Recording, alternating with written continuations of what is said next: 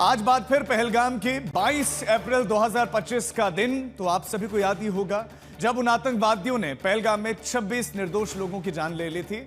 हमले के 1 महीने से ज्यादा का समय हो गया, 1 महीने से ज्यादा बीत गया, लेकिन अब तक पहलगाम के गुनहगार आतंकवादियों की तलाश जारी ही है।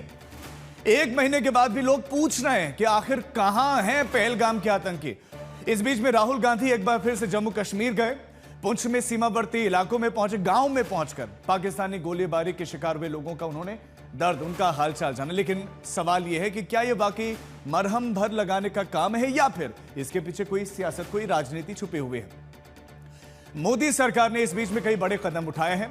अब इन 31 दिनों में क्या क्या कदम उठाए वो भी आपको बता देते हैं। पाकिस्तान को बड़ा जबरदस्त सबक सिखाया गया। पहलगाम में आतंकी हमला 22 अप्रैल को हुआ, 26 लोगों की मौत हुई।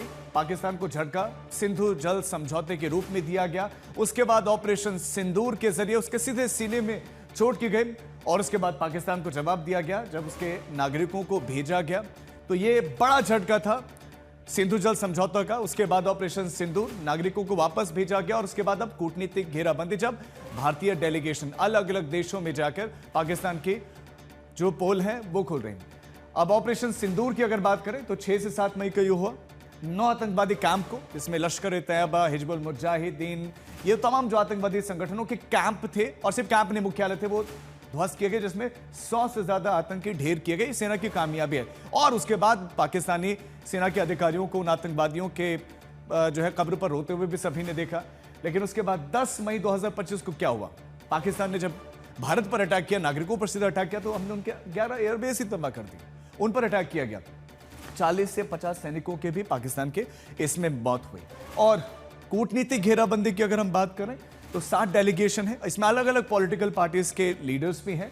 इसमें पाक आतंकी गठजोड़ पर सीधा चोट करने का एक प्रयास है और काफी हद तक इसमें कामयाब भी दिखाई दे रहे हैं। मकसद हमारा क्या है इसमें? पाक साजिश को बेनकाब करना, पाकिस्तान को इंटरनेशनली एक्सपोज करना कि अब तक उसको जो समर्थन मिल भी रहा है, जो उसको फंडिंग भी मिल रही है, वो अपने आप को बेसहारा दिखाता है, तो वो किसी तरह से रुके। तो आज इन सभी सवालों पर बातचीत होगी, बड़ी बहस होगी, लेकिन सबसे पहले आपको दिखाते हैं हमारी खास रिपोर्ट।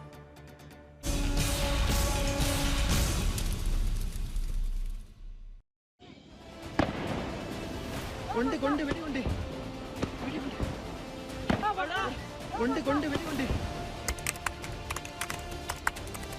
22 अप्रैल 2025 ये वही मनहूस तारीख है जिस दिन आतंकवादियों ने जम्मू कश्मीर के पहलगाम में गोलियों की बारिश की और देखते ही देखते 26 निर्दोष लोगों की जान ले ली। पहलगाम आतंकी हमले के 30 दिन बाद भी एक सवाल सबके मन में है, कहां है पहलगाम के आतंकी? पहलगाम आतंकी हमले के बाद और आज तक सरहद पर और सरहद के पार बहुत कुछ बदल गया। 22 तारीख के हमले के जवाब में हमने 22 मिनट में आतंकियों के 9 सबसे बड़े ठिकाने तबाह कर दिए।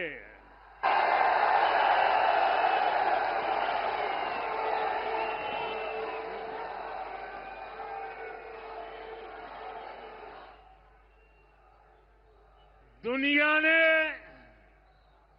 और देश के दुश्मनों ने भी देख लिया कि जब सिंदूर बारूद बन जाता है तो नतीजा क्या होता है। आतंक के लिए जन्नत पाकिस्तान को उसकी औकात बता दी।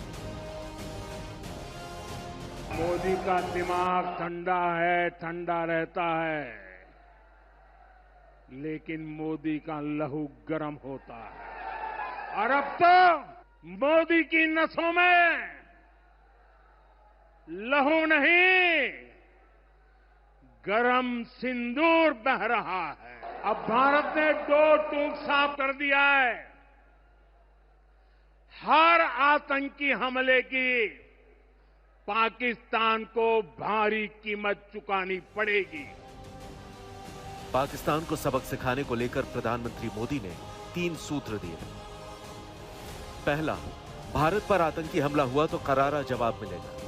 समय हमारी सेनाएं तय करेंगी, तरीका भी हमारी सेनाएं तय करेंगी और शर्तें भी हमारी होंगी। दूसरा, एटम बम की गीदड़ भभकियों से भारत डरने वाला नहीं। और तीसरा, हम आतंक के आकाओं और आतंक की सरपरस्त सरकार को अलग अलग नहीं देंगे, उन्हें एक ही मानेंगे। पाकिस्तान का ये स्टेट और नॉन स्टेट एक्टर वाला खेल अब नहीं चलेगा।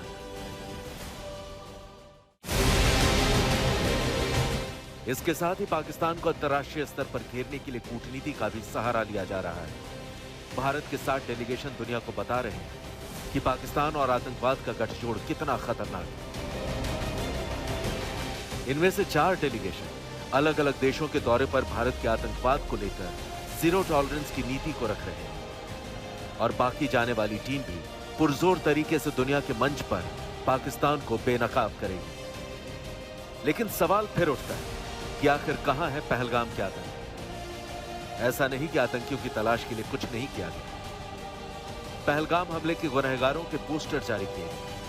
दहशतगर्दों के सिर पर 20-20 लाख के इनाम का ऐलान हो चुका है। फरार आतंकियों से जुड़े सुराग तलाशने के लिए अब तक 150 से ज्यादा संदिग्धों से पूछताछ हो चुकी है। दर्जनों संदिग्ध सुरक्षा बलों के रडार पर हैं।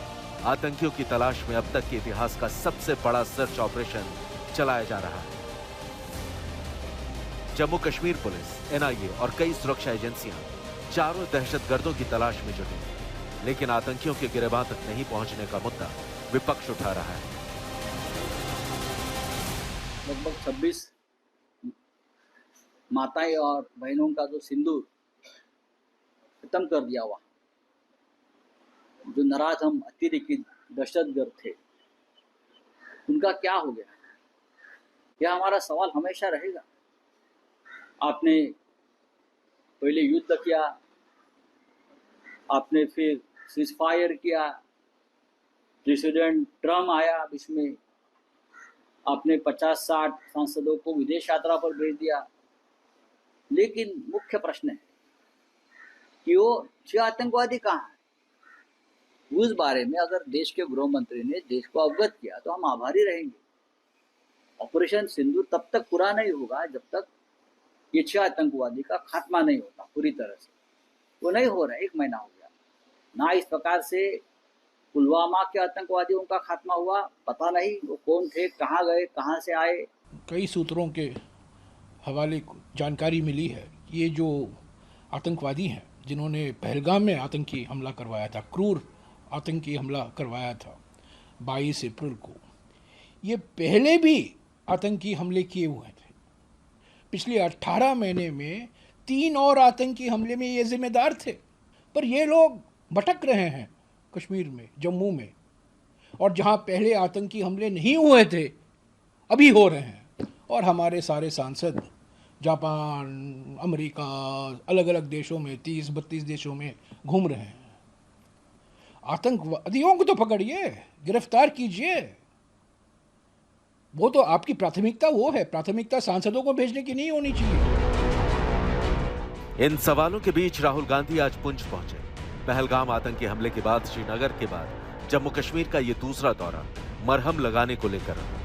पुंछ के सीमावर्ती गांव का दौरा करके राहुल गांधी ने उन पीड़ितों का हाल जाना जिन्होंने ऑपरेशन सिंदूर के बाद पाकिस्तानी गोलीबारी का सामना किया। बहुत बड़ी ट्रेजेडी है। बहुत लोगों की डेथ हुई है, नुकसान हुआ है। डायरेक्ट सिविलियन एरियाज में लोगों से बातचीत की, उनकी जो समस्या है उनको समझने की कोशिश की। उन्होंने मुझे कहा है कि 2-3 चीजें नेशनल लेवल पे रेज करनी है, वो मैं रेज करूंगा। राहुल गांधी पुंछ के स्कूल में भी गए जहां 3 बच्चों की मौत पाकिस्तानी गोलीबारी में हुई थी। यहां उन्होंने बच्चों से बातचीत भी की। What were you feeling?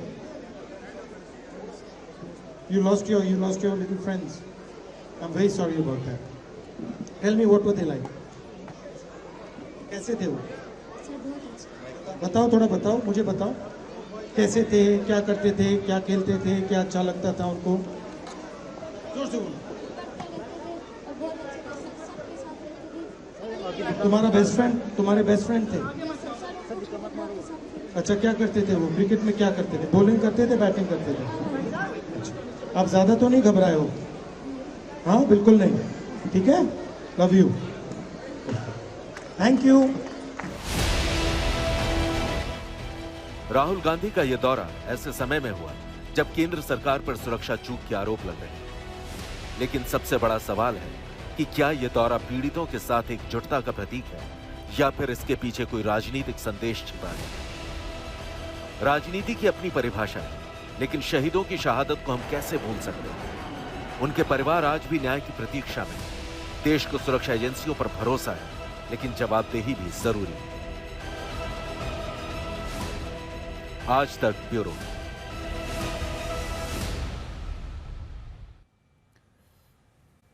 के शर्मा जी, शुरुआत आपसे ही। सीधा आरोप कि पहले हमला आप नहीं रोक पाए और उसके बाद से आतंकियों को अब तक आप पकड़ नहीं पाए। ये कहां है आतंकवादी, क्यों पकड़ में नहीं आ रहे और कब पकड़ में आएंगे?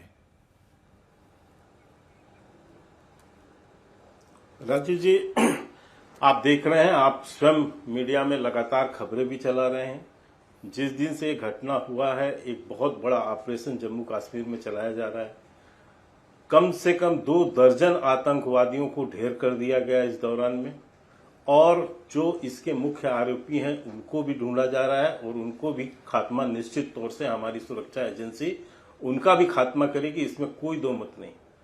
और जिस ढंग से अभी पाकिस्तान के अंदर भारत सरकार ने ऑपरेशन सिंदूर चलाकर और जिन लोगों को वहां पर नष्ट नाबूद किया है, आपने देखा सैकड़ों लोगों की लाशें वहां बिछी थी और वहां पर सेना के और आतंकी मिलकर जो श्रद्धांजलि दे रहे थे, ये वो सारे आतंकी थे जो पिछले 20 वर्षों से भारत के अंदर आतंकी घटनाओं करने के लिए ऑपरेशन सिंदूर पर किसी को कोई सवाल ही नहीं है। सेना ने जो किया उस पर किसी को कोई सवाल नहीं, लेकिन 1 महीना हो गया ना सर, 1 महीना पूरा हो गया, अब तक आतंकवादी कैसे पकड़ में नहीं आए? तो सवाल नहीं उठेंगे क्या सर? वो भी नहीं, मेरी बात सुनिए सर, ऑपरेशन सिंदूर तो अभी चल ही रहा है ना, किसने कहा है स्थगित हो गया? और ऑपरेशन सिंदूर की कार्रवाई जमीन पर सेना ही कर रही है ना, पुलिस ही कर रही है, सेना ही कर रही है। वही लोगों को, आतंकियों को ढेर कर रहे हैं ना। क्या किसी के कमिटमेंट में कोई कमी दिखती है आपको? किसी ने कहा है कि इनको छोड़ दो?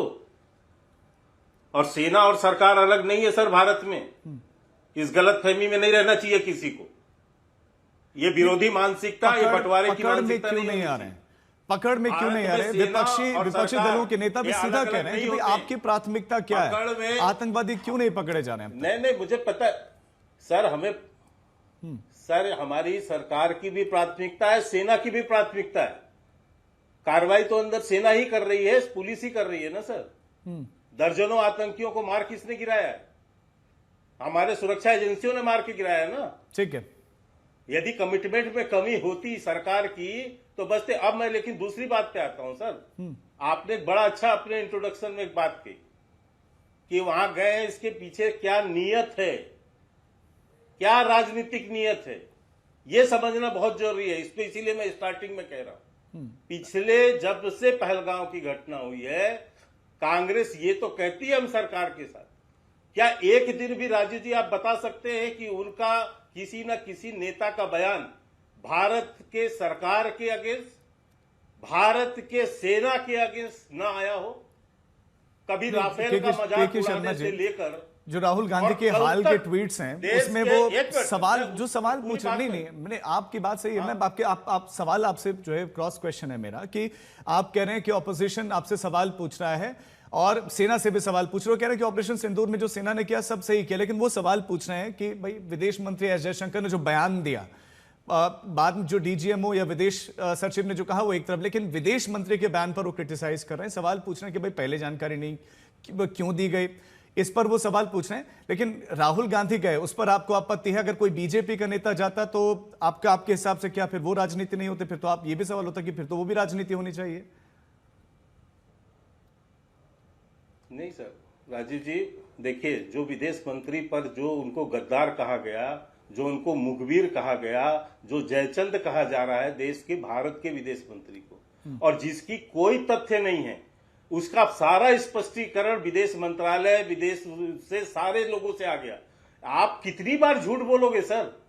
और किसकी मानोगे? देश की सेना का नहीं मानते, सरकार का नहीं मानते, रक्षा मंत्री का विषय नहीं मानते, आप विदेश सचिव का, विदेश मंत्री का बात नहीं मानते, आप किसके प्रोपोगंडा पे चल रहे हैं?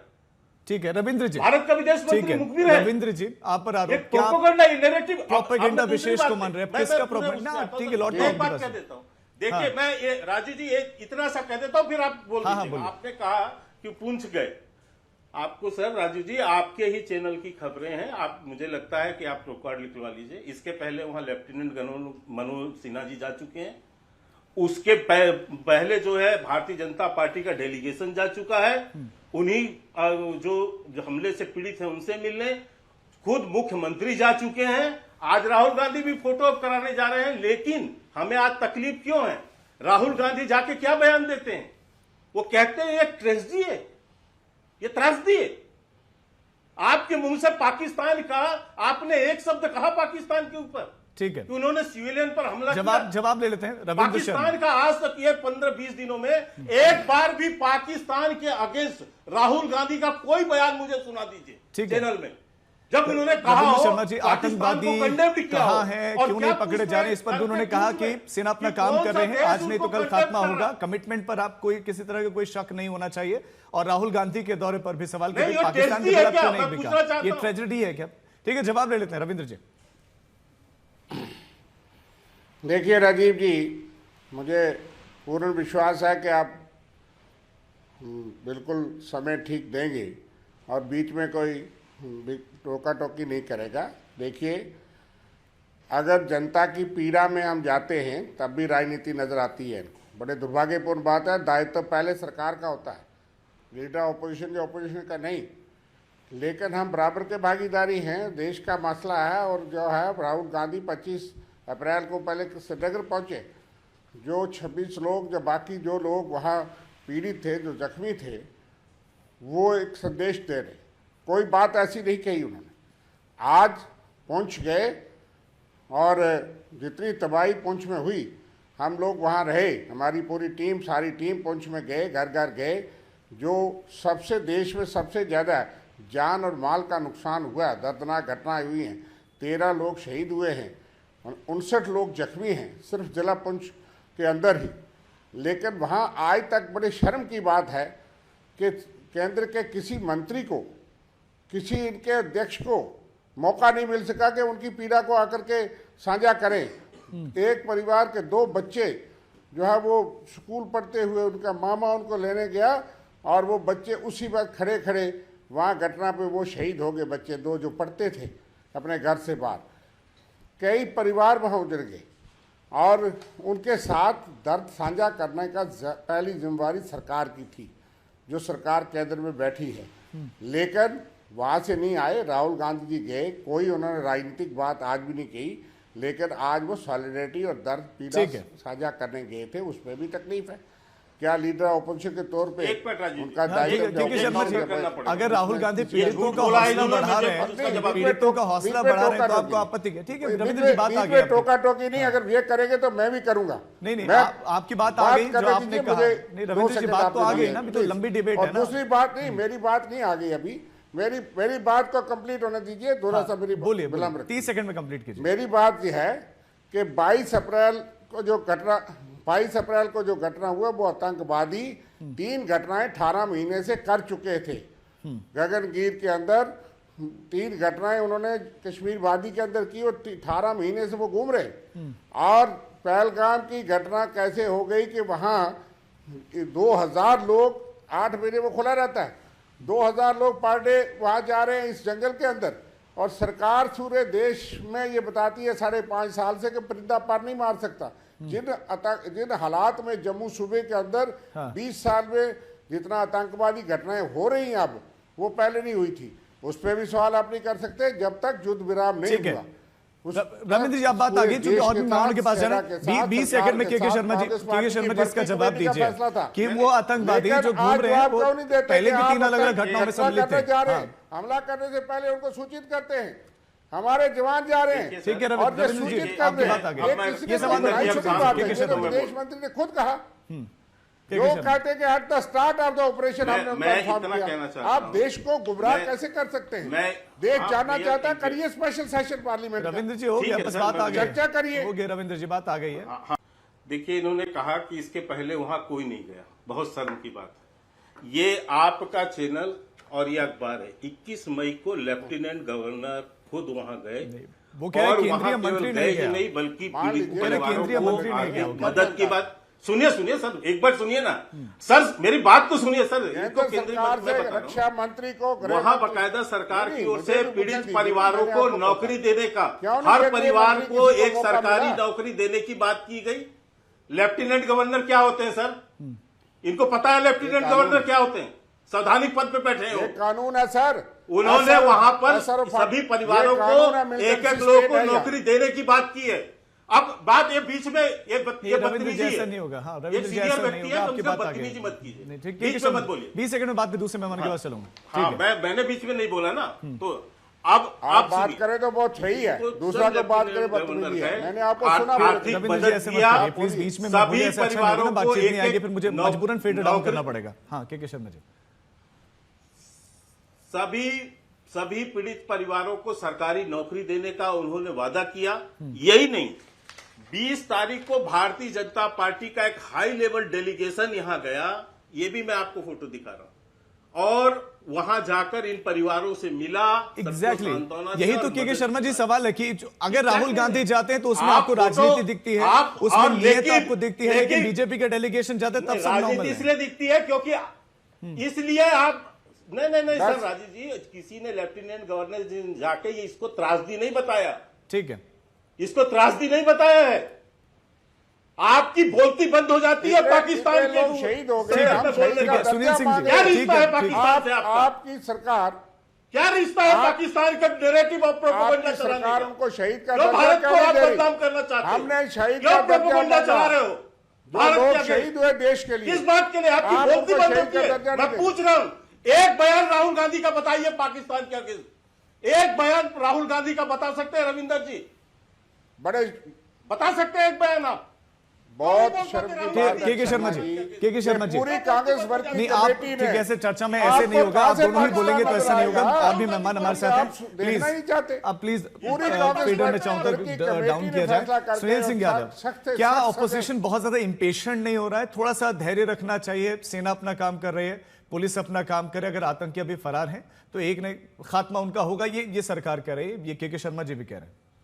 देखिए राजीव जी, आपने शुरुआती दौर में ही कहा कि जब अपने देश में आतंकी घटना हुई और देश के माननीय प्रधानमंत्री जी ने कहा कि हम सेना को खुली छूट देंगे, पूरा देश का समूचा विपक्ष माननीय प्रधानमंत्री जी के साथ खड़ा था। प्रधानमंत्री जी ने कहा कि हमने सेना को खुली छूट दे दी। हमारी सेना, जिसका शौर्य, जिसके बहादुरी के बारे में जितनी तारीफ की जाए वो कम है, कि जैसे ही सरकार ने कहा कि खुली छूट है, बिना ये बात की परवाह किए हुए हमारी सेना की, पाकिस्तानी लोग कहते हैं कि हम परमाणु हथियार है, बिना इसकी परवाह किए पाकिस्तान में घुस करके हमने उनका एयरबेस तोड़ा, उनको मारा, आतंकियों को मारा।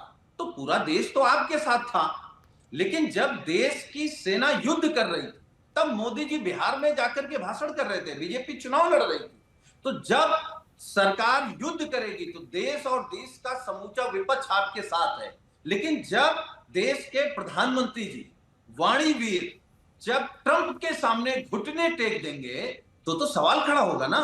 जब देश सवाल करेगा तो विपक्ष सवाल करेगा। आप बताइए, पुलवामा के शहीदों पर वोट कौन मांगता है? माननीय प्रधानमंत्री जी मांगते हैं। अब जब मिशन सिंदूर सक्सेस हुआ तब फोटो लगा करके राफेल के साथ कौन तस्वीरें खिंचा रहा है, कौन लगा रहा है? प्रधानमंत्री जी। प्रधानमंत्री जी को जब बोलने का मौका आता तो कहते हैं कि खून, नसों में खून नहीं सिंदूर है। उनको पता नहीं कौन लिख करके दे देता है कि नसों में सिंदूर है। इतना आत्ममुग्ध प्रधानमंत्री अपने बारे में ही बात कर रहे हैं और ये भूल गए। देखिए, देश का बच्चा जानता है देश के प्रधानमंत्री कमजोर प्रधानमंत्री साबित हुए हैं।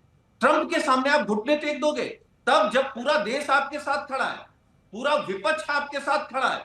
और हमारे नेता माननीय अखिलेश यादव जी ने कहा कि आप घुस करके जहां आतंकवाद की जड़ें उसको मारिए, आप मारिए ना पाकिस्तान को। आप अगर नहीं सरेंडर कर दिए होते तो हमारे देश की सेना ने अब तक तो पाकिस्तान को 2 टुकड़े में बांट ठीक दिया। है, ये जो पर्टिकुलर सवाल है इसी का इसका जवाब के शर्मा जी आप लोगों के साथ साथ मैं स्वयं जी आपकी टिप्पणी लेना चाहूंगा, इसके बाद मैं चाहता हूं के शर्मा इस पर रिप्लाई करें। स्वयं आपकी प्रतिक्रिया इस पर। जी जी जी देखिए, पूछ सेक्टर में आज राहुल गांधी जी गए, बहुत अच्छी बात है। हमारे नेता डेरेक ओब्रायन जी, 5 संसदीय दल की टीम हमारी गई थी, सागरिका घोष, मानस भुइया।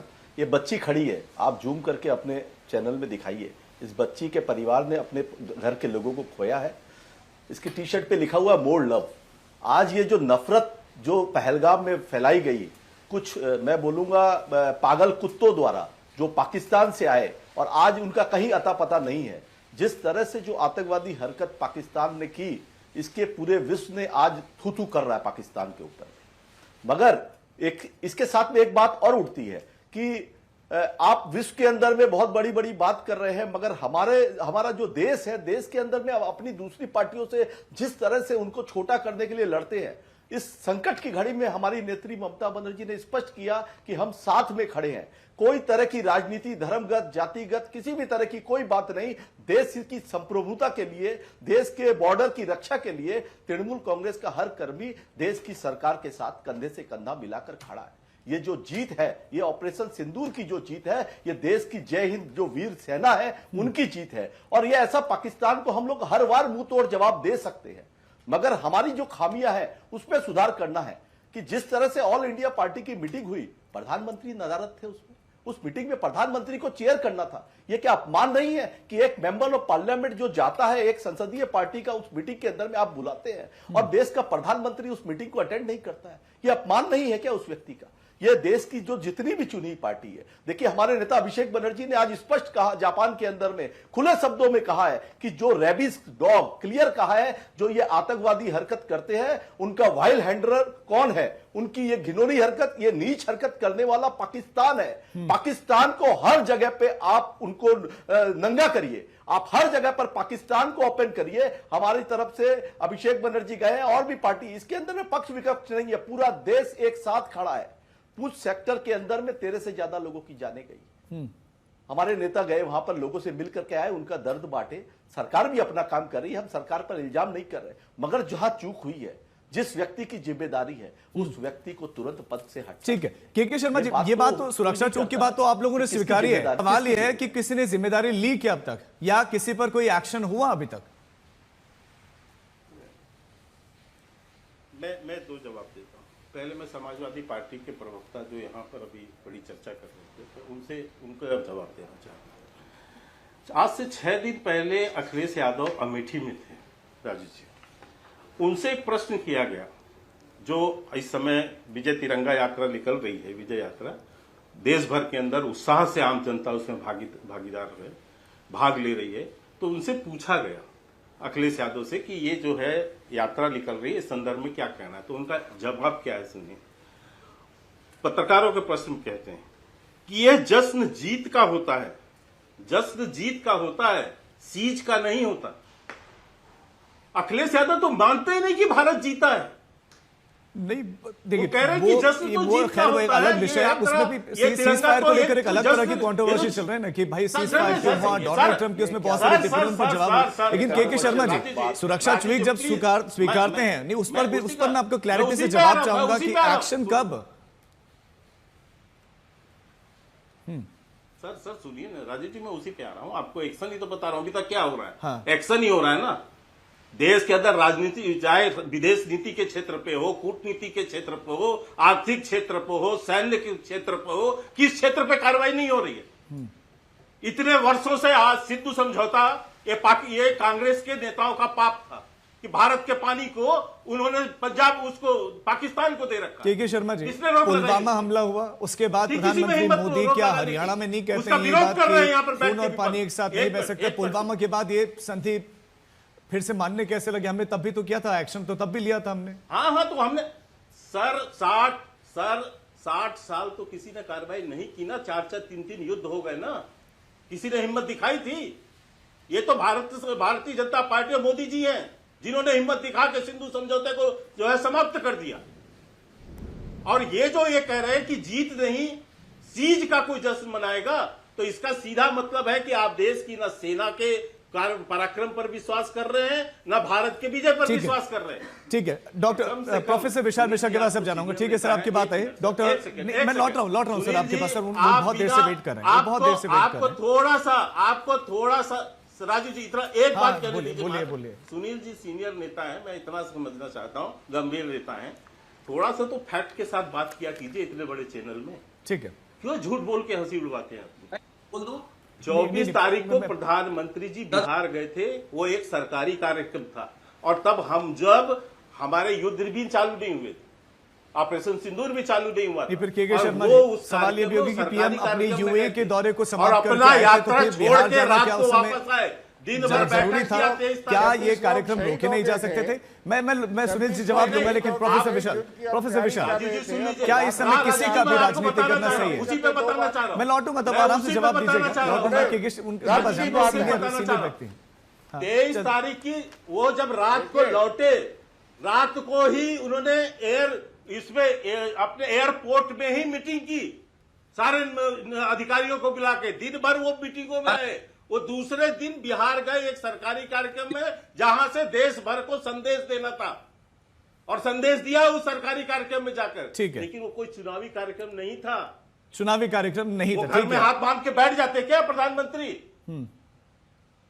आप कम से कम इस तरह झूठ ना बोला करें। ऑल पार्टी मीटिंग में आते ना, समाजवादी पार्टी झूठों की बात देश संकट से जूझ रहा था, अखिलेश यादव के इस बयान का उत्तर दीजिए। सुनील जी 20 सेकंड में आप जवाब दीजिएगा, फिर दूसरे मेहमानों के पास जाऊंगा। सुनील 20 सेकंड में, बस 20 सेकंड में बात बोलिए। जी देखिए, मैं भारतीय जनता पार्टी के प्रवक्ता जो कह रहे हैं राजीव जी, मैं अगर खुले मन से कहूं, मैं ये कह सकता हूं कि जब युद्ध हो रहा था तो पूरा देश माननीय प्रधानमंत्री जी के साथ खड़ा था। इनकी दिक्कत क्या है, लगभग 11 सालों से लगभग देश का पूरा मीडिया देश के गंगाधर को शक्तिमान बनाने में लगा है, लेकिन शक्तिमान ट्रंप के सामने गंगाधर घुटने टेक देता है, तो आप सोचते हैं कि कोई पूछेगा नहीं? सुनील जी, आप पूरी मीडिया का मैं ठेका तो नहीं लिया, पर नाश्ता का कैसे मैं आपके सामने बैठा हूं और उनसे वही सारे सवाल पूछना जो पूछे जाने चाहिए। ये प्रोपेगेंडा बंद कीजिए, ये भारत के विरोध का प्रोपेगेंडा पैदा कर रहे हैं आप लोग। होता है भारत विरोधी नैरेटिव चला रहे हैं, झूठ बोलकर। होता है चीज का नहीं, आप बंद कीजिए इस तरह का नैरेटिव। कर सकते, गंगाधर ही हैं। मुझे पता है कि आप मोदी जी का सामना नहीं कर सकते, इसलिए आप उनको कुछ भी बोलेंगे। आपके पास जवाब नहीं है अखिलेश यादव के बयान का। ट्रंप से आप बताओ मेरे को, अखिलेश यादव जीत मानते हैं नहीं मानते हैं? ये बताओ कैसे बोला उन्होंने, ये बयान कैसे दिया है? आपके नेता है, आपको शर्म नहीं आती है ऐसे बयान से? आप ऐसे ही अगर लड़ते रहेंगे तू मैं होती रहेगी तो फिर तो चर्चा का कोई मतलब नहीं ना। प्लीज, अब मैं चाहता हूं सबका फेडर डाउन हो। प्लीज, मैं आपके पास एक एक करके लौटूंगा। एक प्रोफेसर विशाल मिश्रा, अब इस समय में जो आप देख रहे हैं, आप पॉलिटिकल पार्टीज के अलग अलग दलों के नेताओं के बयान आपको पता है क्या चल रहे हैं, तो क्या ये समय है इस तरह से राजनीति करने का, शेयर लेने का भी और इस तरह से अटैक करने का भी? क्या ये सही समय, वो भी तब जब वो आतंकवादी अभी तक पकड़े ही नहीं गए?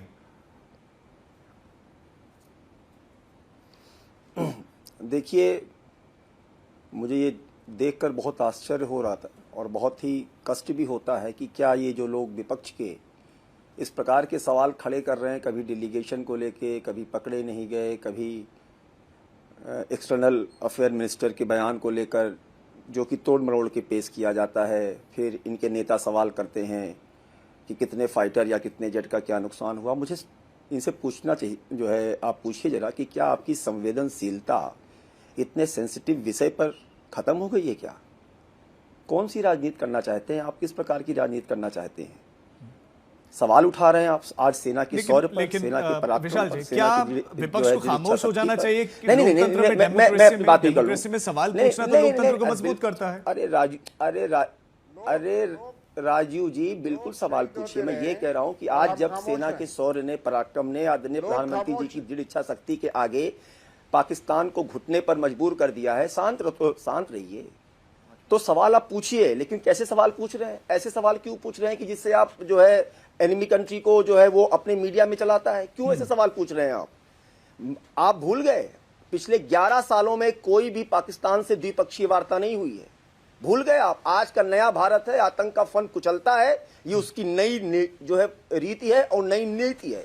घुसता है, मारता है और बताता है कि हमने तुम्हारे विशाल जी, हम ऐसा है, मैं आपसे सहमत हूं, लेकिन मेरा एक सवाल आपसे ये भी है कि हमने तो क्या अंतर्राष्ट्रीय स्तर पर पाकिस्तान को अलग थलग नहीं कर दिया था?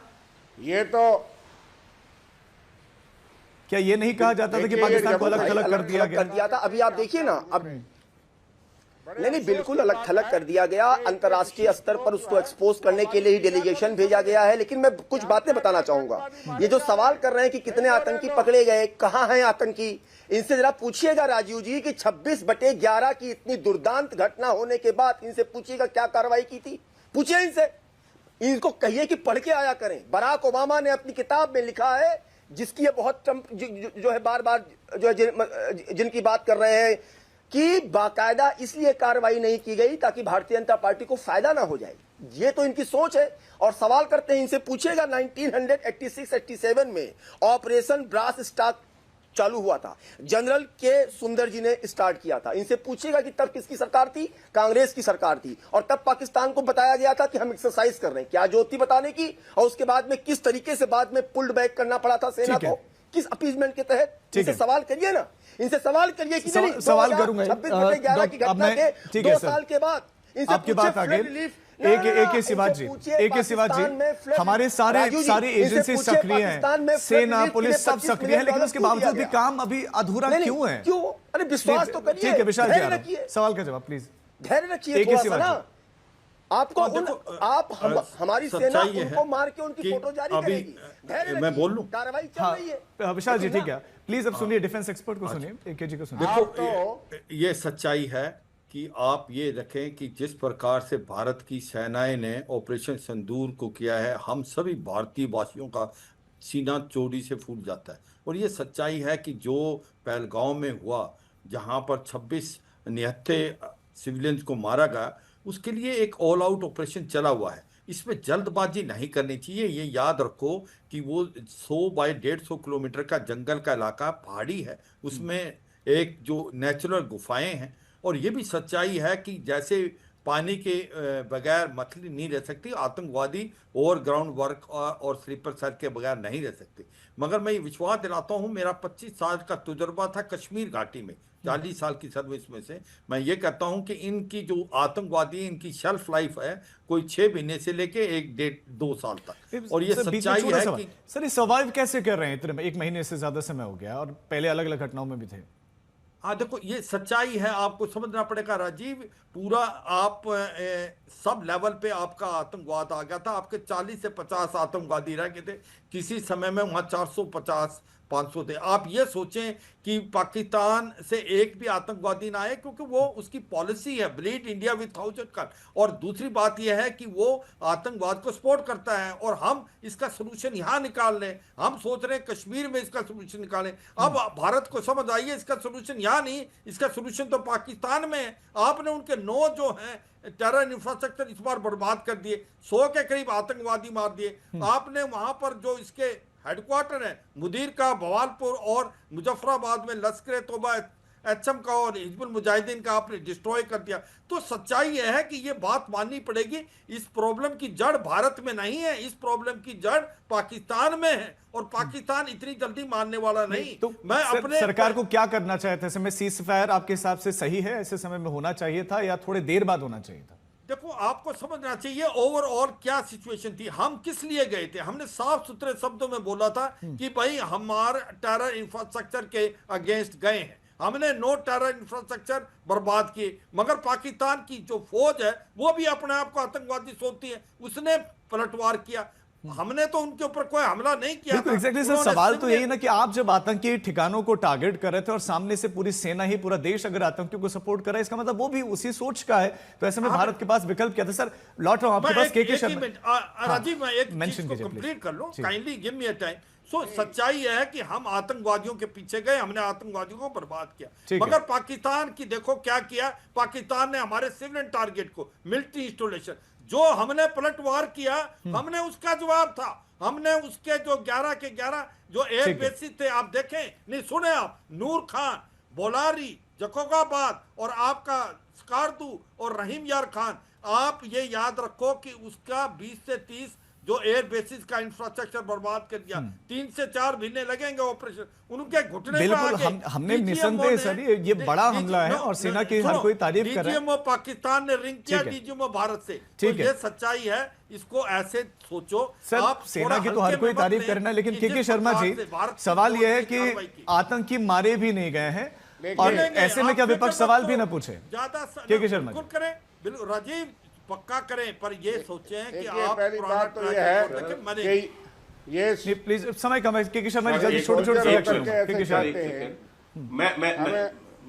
मैं जवाब दे देता हूं, मैं जवाब दे देता हूं। देखिए सर, विपक्ष का काम सवाल पूछना है, बिल्कुल पूछना चाहिए, लेकिन क्या पूछना और कब पूछना और कैसे पूछना, ये महत्वपूर्ण है ना। आप हमारा पक्ष पूछिए, विरोध कीजिए, सरकार से पूछिए, लेकिन आप जो है सरकार का विरोध करते करते देश का विरोध मत करने लगे। रविंद्र जी 20 आप देश का विरोध करने लग जा रहे हैं। रविंद्र जी सवाल पूछते पूछते देश का विरोध कर रहे हैं आरोप। राजीव जी अब शर्मा जी अगर सुन लेंगे, क्योंकि आपने काफी इंटरव्यू प्लीज सिर्फ रविंद्र जी की आवाज सुन लिया शर्मा जी। रविंद्र जी जवाब दें। देखिए बात यह है कि ये चाहते हैं कि हम सवाल भी इनसे पूछ के पूछेंगे कब सवाल पूछना है, वो भी इजाजत गवर्नमेंट देगी कि हमको किस वक्त सवाल पूछना है। सीज फायर होने के बाद, ट्रंप का ट्वीट पढ़ने के बाद 10 तारीख को हमने कहा स्पेशल सेशन बुलाइए, देश को बताइए कि अब आप खामोश रहिए ना, प्लीज बदतमीजी पे मत उतरिए, थोड़ा सब्र रखिए। मुझे ये बताइए, हम ये पूछते हैं जम्मू सूबे में आतंकवाद पिछले 2 साल से बढ़ा हुआ है, कितनी घटना हुई, अब खामोश रहिए, अच्छा नहीं लगता आपको। मुझे बताइए कि यहाँ अगर हम एक कुश्ती रेसलिंग करते हैं, ये सेंसिटिव एरिया है, यहाँ पुलिस के 4 लोग उसी वक्त पहुंचते हैं। लेकिन माफी के साथ मुझे अब आपको सभी को रोकना पड़ेगा। बहुत शुक्रिया आप सभी का इस चर्चा का हिस्सा बनने के लिए। पहलगाम का हमला हुआ, 26 पर्यटक मारे गए, धर्म पूछकर मारे गए, भारत ने बदला भी लिया, ऑपरेशन सिंदूर भी किया, सब लोग तालियां भी बजा रहे हैं, सेना के शौर्य की सराहना भी हो रही है, लेकिन बहुत सारे सवाल अब भी अधूरे हैं और वो सवाल लगातार बना रहेगा कि आखिर पहलगाम के आतंकी पकड़े कब जाएंगे, मारे कब जाएंगे।